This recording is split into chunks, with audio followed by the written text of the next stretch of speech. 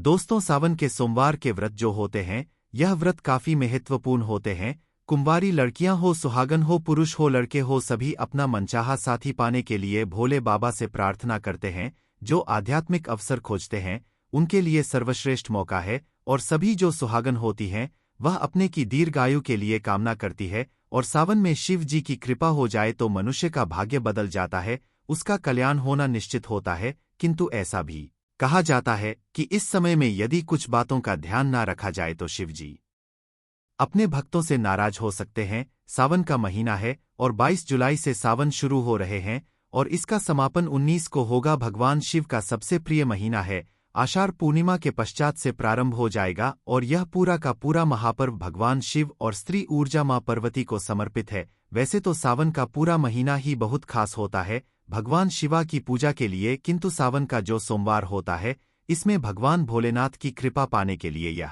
बहुत विशेष माना जाता है। इस माह में विशेष रूप से सावन का सोमवार व्रत हुआ, मंगला गौरी हुआ, नाग पंचमी, गुरु पूर्णिमा, पुत्रदा एकादशी, पवित्र एकादशी, हरियाली अमावस्या और सावन शिवरात्रि जैसे महत्वपूर्ण त्योहार आते हैं। इस साल सावन का महीना 29 दिनों का होगा और सावन सोमवार की शुरुआत 5 शुभ योग में हो रही है। यानी सावन का जो सोमवार है उसी दिन से पहला जो सावन है वह सोमवार से ही शुरुआत हो रहा है। और इतने सारे शुभ योग बन रहे हैं। प्रीति योग बन रहा है, आयुष्मान योग बन रहा है, पंचम योग बन रहा है, शश राजयोग, सभी एक तरह से राजयोग है जो आपके जीवन में बहुत सारी धन संपत्ति का आगमन करेगा। सर्वार्थ सिद्धि योग बन रहा और 29 दिनों का सावन होने वाला है। और कुछ खास राशियां हैं जिनको अपार लाभ की प्राप्ति होगी, यह मैं अगली वीडियो में बताऊंगा। सावन माह के कृष्ण पक्ष की प्रतिपदा तिथि है 21 जुलाई रविवार दोपहर 3:46 से शुरू हो रहा है और 22 जुलाई सोमवार दोपहर देहर को 1:01 तक रहने वाला है। और इस बार सावन में जो 5 सोमवार पढ़ेंगे तो पहला सोमवार 22 जुलाई, दूसरा 29 जुलाई, तीसरा 5 अगस्त, चौथा सोमवार अगस्त को और पांचवा आपको 19 अगस्त को पड़ेगा। अब यह ध्यान रखना है कि सावन के दौरान कुछ कार्य है जिन्हें आपको जरूर करना है सभी को। और सावन में कुछ ऐसे काम है, चौमासा लग जाता है, भगवान विष्णु योग निद्रा में चले जाते हैं, सभी भक्त हैं, साधु संत हैं, इन सभी के लिए समय बहुत अमूल्य होता है। तो यह चौमासा जो है एक वैदिक यज्ञ के बराबर होता है। चौमासे में भगवान शिवा पूरी धरती का, पृथ्वी का भार ग्रहण करते हैं, इसलिए सावन मास की और यह चौमासा के जो प्रधान देवता होते हैं यह भोलेनाथ ही होते हैं। तो सभी ध्यान रखना है कि कुछ ऐसा काम ना करें कि भोलेनाथ आपसे नाराज हो जाए। सबसे पहले तो प्रतिदिन आपको शिवाजी को 1 लोटा जल अर्पित करना चाहिए, हर सुबह, और नहीं रोज कर सकते तो कम से कम प्रत्येक सोमवार को अवश्य अभिषेक करें। इसी सावन मास में समुद्र मंथन भी किया गया था। समुद्र मंथन के पश्चात जो हलाहल विष निकला था उसे भगवान शंकर ने कंठ में समाहित कर लिया था और सृष्टि की रक्षा की थी और विषपान से देव का कंठ नील वर्ण हो गया था, इसलिए इस समय भगवान का नाम नीलकंठ भी पड़ा था। विष के प्रभाव को कम करने के लिए सभी देवी देवताओं ने उन्हें जल अर्पित किया था, इसलिए इस माह में शिवलिंग पर जल चढ़ाने का खास महत्व होता है और इसीलिए हर जगह आप देखते हैं कांवर चढ़ती है, भोले बाबा को जल चढ़ाया जाता है। शिवा पुराणा में उल्लेख है कि भगवान शिवा स्वयं ही जल है, इसलिए जल से उनके अभिषेक के रूप में आराधना करने से उत्तम फलों की प्राप्ति होती है। दोस्तों, सोमवार के आपको क्या करना है? प्रत्येक सोमवार को एक काम करना है, किंतु पहले सोमवार का बता दे रहा हूं आपको एक विशेष चीज इस बार आपको अपने जल के लोटे में डाल लेनी है। क्या करना है? सोमवार के दिन सबसे पहले ब्रह्मा मुहूर्त में उठकर भोलेनाथ का ध्यान करते हुए व्रत का संकल्प कीजिए, फिर स्नान करके साफ सुथरे वस्त्र धारण करें, भगवान सूर्य यदेव को 1 लोटा जल अर्पित करें। इसके पश्चात आप चाहे तो किसी मंदिर जाकर के या घर में ही जल से भरा लोटा लेकर कि शिव जी का अभिषेक कीजिए। कौन से शिवलिंग का करना चाहिए, बहुत लोग प्रश्न करते हैं। तो आपको या तो यदि आपके अंदर बहुत सारा आपको पावर चाहिए, पैसा चाहिए, अट्रैक्शन चाहिए, तो आपको सबसे अच्छा है पारद का शिवलिंग इस्तेमाल करना चाहिए। यदि आपको लक्ष्मी प्राप्ति की इच्छा है, आपके घर में कलह ज्यादा है, क्लेश से मुक्ति चाहिए, शांति चाहिए, डिप्रेशन में आपके घर के लोग रहते हैं, तो आपको घर पे स्फटिक का शिवलिंग स्थापित करना चाहिए। और यदि आप चाहते हैं कि नॉर्मल सब कुछ एक काम इंसान के लिए नर्मदेश्वर शिवलिंग सर्वश्रेष्ठ होती है, वह भी स्थापित कर सकते हैं। जो भी शिवलिंग आप करेंगे कोशिश करें अभिमंत्रित हो, उसमें एनर्जाइजर आपके अंगूठे के बराबर होनी चाहिए शिवलिंग का। आपको इस दिन या फिर आपके पास शिवलिंग नहीं है तो पार्थिव शिवलिंग कुछ लोग केवल मिट्टी से बनाना बता देते हैं। इस तरह से नहीं बनाया जाता है। पार्थिव शिवलिंग बनाने की एक विशेष विधि होती है। आपको वैसे बनानी चाहिए या फिर बेस्ट होता है यदि आपके पास कोई शिवलिंग नहीं है और तो आप जाकर घर के आसपास जो भी शिव मंदिर हो वहां पर आप जल अर्पित कर सकते हैं, रुद्राभिषेक कर सकते हैं। किंतु आपको लौटे का जो जल है उसमें आपको इस बार एक विशेष काम करना है। जो मुहूर्त है 5 राजयोग बन रहे हैं, इन सबके नाम लेकर के आपको 5 बेलपत्र लेने हैं। कटे फटे बेलपत्र ना हो इस बात का आप ध्यान रखिए। सुंदर बेलपत्र और नहीं तो चांदी के बेलपत्र आप यूज कर सकते हैं। छोटे अभिमंत्रित किए हुए चांदी के बेलपत्र होने चाहिए और इसके पश्चात आप बेलपत्र के ऊपर आप चंदन छिड़क लीजिए। छोटे बेलपत्र हैं तो केवल चंदन छिड़क लीजिए। बड़े बेलपत्र है तो आप उस पर लिख सकते हैं और श्री लिख सकते हैं, रामा रामा लिख सकते हैं। इस प्रकार से आपको चंदन से कुछ अच्छे अक्षर लिखने चाहिए। इसके पश्चात एक तांबे के लोटे में भरना चाहिए। थोड़ा सा गंगा जल है तो वह डाल लीजिए और उसमें कुछ साबुत साफ चावल अक्षत जो बिना टूटे हुए चावल है वह आपको डालने चाहिए। अब थोड़े से पुष्प ले लीजिए और लोटे के ऊपर बेलपत्र और पुष्प रख करके आपको मंदिर जाना चाहिए या घर में ही का 27 बार जाप करें। इसके पश्चात भोले बाबा को आपको वह जल अर्पित कर देना है। भोले बाबा को पंचामृत भी बहुत पसंद होता है, इसलिए जल चढ़ाने के पश्चात आप चाहे तो शिवलिंग पर पंचामृत से भी अभिषेक कर सकते हैं।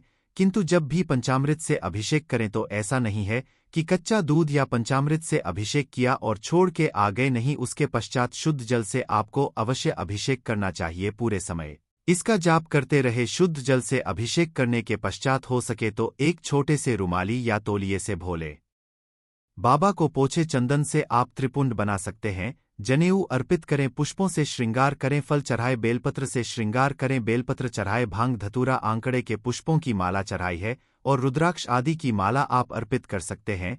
थोड़ा सा शहद आपको अवश्य अर्पित करना चाहिए। यदि आप चाहते हैं आपके रिलेशंस मधुर हो तो आपको थोड़ा सा शहद भी अर्पित करना चाहिए और धूप दीप करें। फिर वहीं बैठ करके आप चाहें तो शिवलिंग अष्टक का पाठ करिए, पंचाक्षर स्तोत्र का पाठ करिए, शिव तांडव स्तोत्र का पाठ कर सकते हैं, शिव जी की चालीसा पढ़ सकते हैं और आप चाहें तो किसी पंडित जी के द्वारा रुद्राक्ष का पाठ भी कर सकते हैं।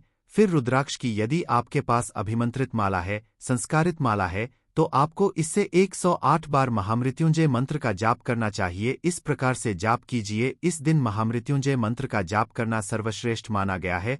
और यदि मंदिर में पूजा कर रहे हैं आप तो घर में आकर के आपको भगवान शिवा की प्रतिमा हो, कोई फोटो हो या घर के ईशान कोण में एक दीपक शिवे बोलते हुए जरूर जलाना चाहिए। और यदि फोटो आदि मूर्ति आदि है तो उन्हें तिलक लगाकर अवश्य करें। थोड़ा सा भोग अर्पित करें। अंत में यदि आप चाहे तो श्रावण माह के सोमवार के व्रत की कथा भी सुन सकते हैं और श्रद्धापूर्वक भगवान शिवा की आरती करें। शीश दंग अर्ध अंग परवा सदा विराजित कैलाशी नंदी वंगी निरत करत है, गुण भक्त शिवा के दासी। इस प्रकार से आरती करें भोले बाबा की, उनसे आशीष मांगे, प्रसाद वितरण करें, क्षमा प्रार्थना करें कि जाने कोई भूल चूक हुई है तो प्रभु आप मुझे क्षमा करें। दोस्तों, आशीर्वाद मांगे अपने लिए, अपने परिवार के लिए, अपने रिश्तों के लिए, और यह बहुत शुभ माना जाता है।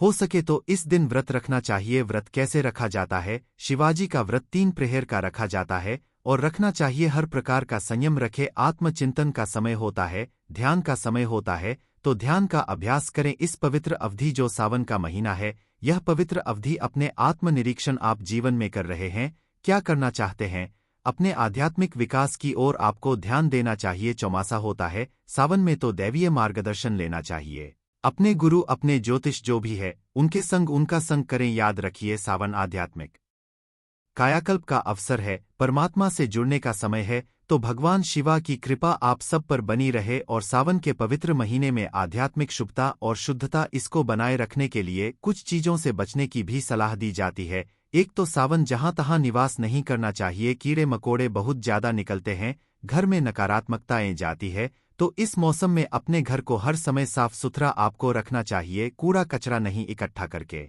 रखना चाहिए। सुबह शाम आपको सुगंधित धूप करनी चाहिए। इससे एक तो घर का वातावरण पवित्र रहता है और कम से कम शिवे का कम से कम 11 माला का या एक ही माला कीजिए सच्चे दिल से, पर आपको जाप अवश्य करना चाहिए। सावन के पूरे महीने में आपको भोजन करना चाहिए। भूल से भी मांस, मछली, अंडा, लहसुन, प्याज, मदिरा आदि किसी भी प्रकार के मांसाहार, नॉनवेज हुआ, ड्रिंक आदि हुई, नशे की चीजें हुई, इससे आपको परहेज रखना चाहिए। व्रत के दिन फलाहार करना चाहिए, यह श्रेष्ठ होता है।